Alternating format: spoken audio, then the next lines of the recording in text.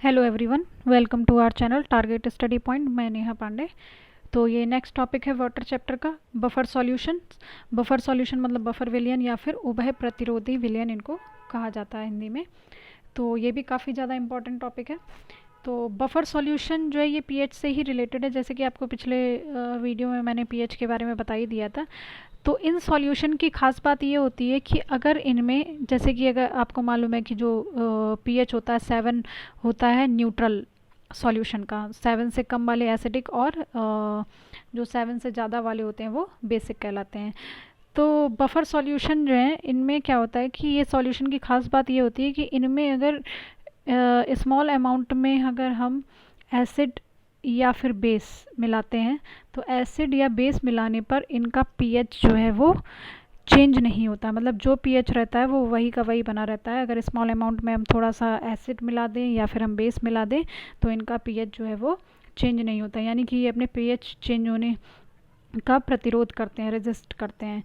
तो in solution को बोलते हैं बफर सॉल्यूशन यानी कि बफर विलियन। और इनकी जो ये प्रॉपर्टी होती है कि ये पीएच चेंज नहीं होने देते हैं सॉल्यूशन का, तो इनकी इस प्रॉपर्टी को हम बफर एक्शन या फिर बफरिंग बोलते हैं। मतलब उभय प्रतिरोधन क्रिया या फिर उभय प्रतिरोधन बोलते हैं।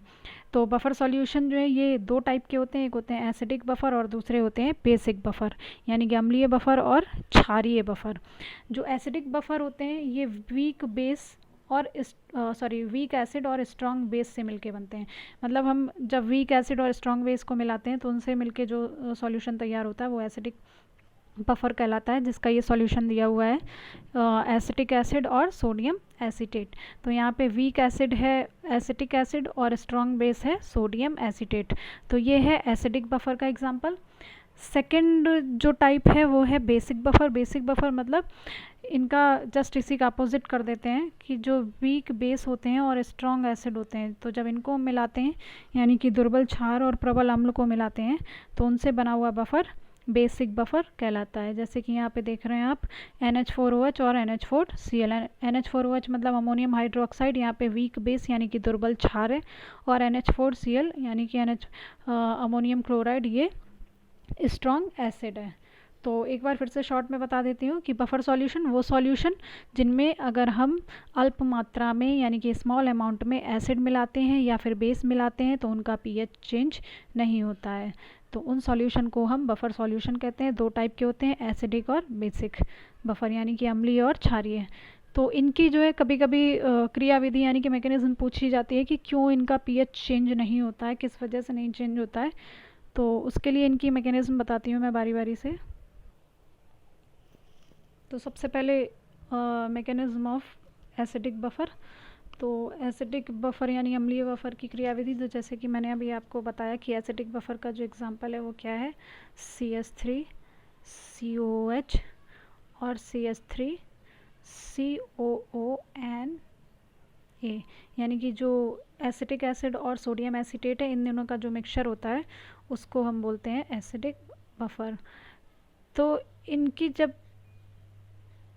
रिएक्शन होती है तो इसमें आप देखेंगे अगर हम इनको ब्रेक करें तो इनमें जो है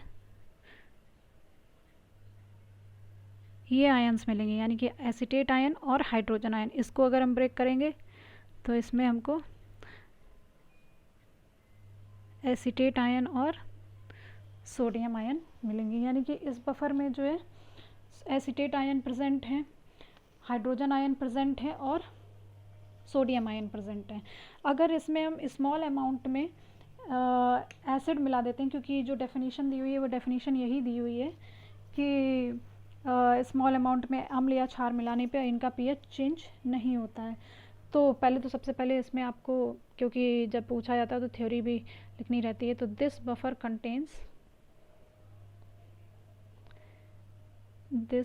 contains acetate ion,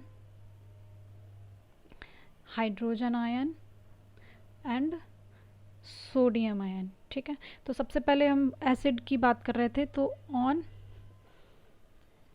addition of small amount of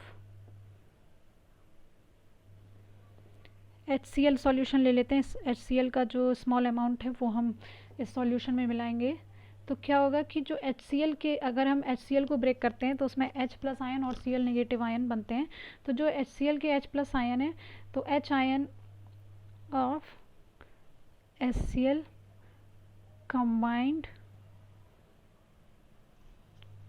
combined with ये जो H आयन है, ये क्या करेंगे कि ये जो एसीटेट आयन है इनके साथ में रिएक्शन कर लेंगे। तो एसीटेट आयन के साथ रिएक्शन करके ये बना देंगे acetic acid to form CH3COOH। तो यहाँ पे क्या है कि pH चेंज नहीं होगा, क्योंकि यहाँ पे आप देख रहे हैं कि एसिटिक एसिड का ही बना हुआ बफर सॉल्यूशन है। तो जो H आयन है वो रिएक्ट करेंगे एसीटेट आयन के साथ और वापस से वो एसिटिक एसिड बना देंगे, जिससे कि pH चेंज नहीं होगा। Hence pH will not change. तो रिएक्शन के थ्रू भी बता देती हूँ मैं आपको। तो जैसे कि अभी मैंने आपको बताया कि जो H पॉजिटिव आयन है वो HCl जो है, इसको अगर हम ब्रेक करेंगे तो H positive ion plus Cl negative ion बन जाएंगे। तो इसकी जो H पॉजिटिव आयन है ये एसीटेट आयन के साथ में रिएक्शन करके बना देंगे CH3COOH, यानी कि एसिटिक एसिड, यानी कि इसका pH जो है वो चेंज नहीं होगा। सेम इसी तरीके से दूसरी स्टेप में हमने जैसे यहाँ पे एसिड का बता दिया, उसी तरीके से ऑन एडिशन ऑफ बेस को लेंगे of small amount of base में हम यहाँ पे NaOH ले लेते हैं। तो यहाँ पे क्या होगा, जो OH आयन है यहाँ पे अगर हम NaOH को भी ब्रेक करेंगे तो Na पॉजिटिव और OH नेगेटिव आयन बनेंगे थे। तो OH ऑफ NaOH ये रिएक्ट करेंगे हाइड्रोजन आयन के साथ कंबाइंड विथ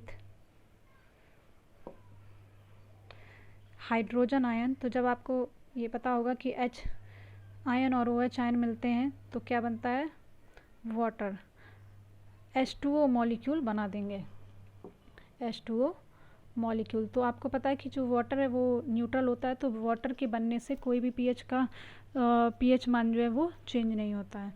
तो इस तरीके से यहाँ पे pH चेंज नहीं होगा, hence pH will not change. तो रिएक्शन के थ्रू भी बता देती हूँ आपको। तो NaOH लिया, NaOH के बाद यहाँ पे Na positive plus OH negative बनेंगे और जो इसके OH आयन है वो H आयनों के साथ में रिएक्शन करेंगे। जो ये बफर सॉल्यूशन के H आयन है इसके साथ में रिएक्शन करके बना देंगे H2O, यानी कि ये एसिडिक बफर का प्रूफ हो गया है कि एसिड मिलाया तो भी pH नहीं चेंज हुआ। क्यों नहीं चेंज हुआ, क्योंकि उसने एसिटिक एसिड बना दिया, तो इस वजह से नहीं चेंज हुआ। और जब बेस मिलाया तो वाटर मॉलिक्यूल बन गया, तो इस वजह से ये pH चेंज नहीं हुआ। इसी तरीके से बेसिक बफर की मैकेनिज्म भी बताती हूँ आपको। तो बेसिक बफर की मैकेनिज्म में सबसे पहले बेसिक बफर का एग्जांपल पता होना चाहिए आपको। ये बेसिक बफर जो है वो NH4OH और NH4Cl इन दोनों का मिक्सचर होते हैं। तो इनको जब हम ब्रेक करेंगे तो NH4 plus OH negative ion, उसके बाद NH4 plus Cl negative ion, इतने टाइप के आयन्स जो हैं वो इस बफर सॉल्यूशन में आपको मिलेंगे। तो यहाँ पे भी आपको नोट डाउन करना है कि this buffer contains NH4 positive, यानी कि अमोनियम आयन इनको बोलते हैं, OH नेगेटिव आयन और Cl नेगेटिव आयन। तो यहाँ पे भी सेम वही प्रोसेस हम यहाँ पे भी शो करेंगे, वही स्टेप कि on addition of small amount of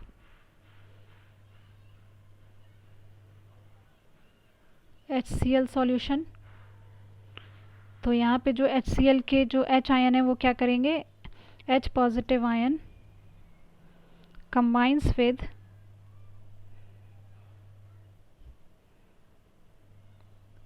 यहाँ पे जैसे आप देख रहे थे कि वहाँ एसिड मिलाने पे प्रोडक्ट बन रहा था और यहाँ पे एसिड मिलाने पे वाटर बनेगा, क्योंकि जो H पॉजिटिव आयन है वो OH आयनों के साथ कंबाइन होंगे, combines with OH negative ion to form H2O molecule. तो जैसा कि पहले ही बता चुकी हूँ कि वाटर मॉलिक्यूल के बनने से pH चेंज नहीं होगा, hence pH will not change. तो इसको रिएक्शन के थ्रू भी दिखा सकते हैं उसी तरीके से कि HCl H positive ion plus Cl negative ion, तो इसके जो H पॉजिटिव आयन है OH के साथ रिएक्शन कर लेंगे, H प्लस OH बना देंगे H2O। तो इस तरीके से जो है pH चेंज नहीं होगा। सेम दूसरी स्टेप में हम बेस को मिलाने के लिए on addition of small amount of NaOH, तो यहाँ पे जो NaOH के OH आयन है वो क्या करेंगे, OH ions of NaOH combines with, किसके साथ कंबाइन करेंगे, अमोनियम आयन के साथ, क्योंकि hydrogen ion already OH ion के साथ मिल चुके हैं, विद अमोनियम आयन और बना देंगे NH4OH टू फॉर्म NH4OH यानी कि अमोनियम हाइड्रोक्साइड। तो यहाँ पे अमोनियम हाइड्रोक्साइड का ही बना हुआ बेसिक बफर है, तो अमोनियम हाइड्रोक्साइड बनने की वजह से pH चेंज नहीं होगा, hence pH will not change. तो इस तरीके से आपने देखा कि एसिड मिलाया तो भी pH नहीं चेंज हुआ और बेस मिलाया तो भी pH चेंज नहीं आया। तो यही जो है प्रूफ करता है कि जो बफर सॉल्यूशन होते हैं उनमें अगर हम स्मॉल अमाउंट में यानी कि थोड़ी सी मात्रा में अगर हम एसिड या बेस मिलाते हैं तो pH उनका नहीं चेंज होता है। तो जैसे रिएक्शन में भी बता देती हूँ कि NaOH को ब्रेक करेंगे तो Na positive plus OH negative, तो इनके जो OH नेगेटिव हैं वो अमोनियम आयन के साथ कंबाइन होके बना देंगे NH4OH। तो ये तो थी बफर सॉल्यूशन की डेफिनेशन बता दी मैंने आपको, बफर सॉल्यूशन के टाइप्स भी बता दिए और ये दोनों मैकेनिज्म भी बता दी एसिडिक और बेसिक बफर की, जो कि काफ़ी ज़्यादा इंपॉर्टेंट है। इसके बाद कभी कभी इंपॉर्टेंस और साथ में पूछ लेते हैं तो वो भी मैं आपको बता देती हूँ। तो इम्पॉर्टेंस ऑफ बफर सॉल्यूशन, इसमें नंबर 1 पॉइंट दिया हुआ है कि buffer solution keep the pH unchanged during the study of speed of reaction. मतलब जो बफर सॉल्यूशन होते हैं वो pH को अनचेंज्ड रखते हैं, जैसे कि आपको बता चुकी हूँ डेफिनेशन में ही। तो जो वेग अभिक्रियाएँ होती हैं उनमें इन बफर सॉल्यूशन का यूज किया जाता है, यूज़ करते हैं pH को अनचेंज करने के लिए। सेकेंड दिया हुआ है इन क्वालिटेटिव एनालिसिस, जिनको हम वॉल्यूमेट्रिक एनालिसिस यानी कि टाइट्रेशन बोलते हैं, यानी कि आयतनात्मक अनुमापन जो अभिक्रियाएं होती हैं उनमें भी pH को चेंज ना करने के लिए बफर सॉल्यूशन का यूज़ किया जाता है। उसके बाद थर्ड दिया हुआ है इन paper industry, sugar industry, electroplating, तो ये जो डिफरेंट टाइप की ये जो इंडस्ट्रीज़ हैं इनमें भी बफर सॉल्यूशन का यूज़ किया जाता है जिससे कि pH उसका चेंज ना हो। तो आई होप आपको ये पूरा टॉपिक क्लियर हो गया होगा सभी को। किसी को कोई डाउट हो तो आप कमेंट सेक्शन में पूछ सकते हैं। अगर वीडियो पसंद आए तो लाइक करिएगा। Thank you for watching this video.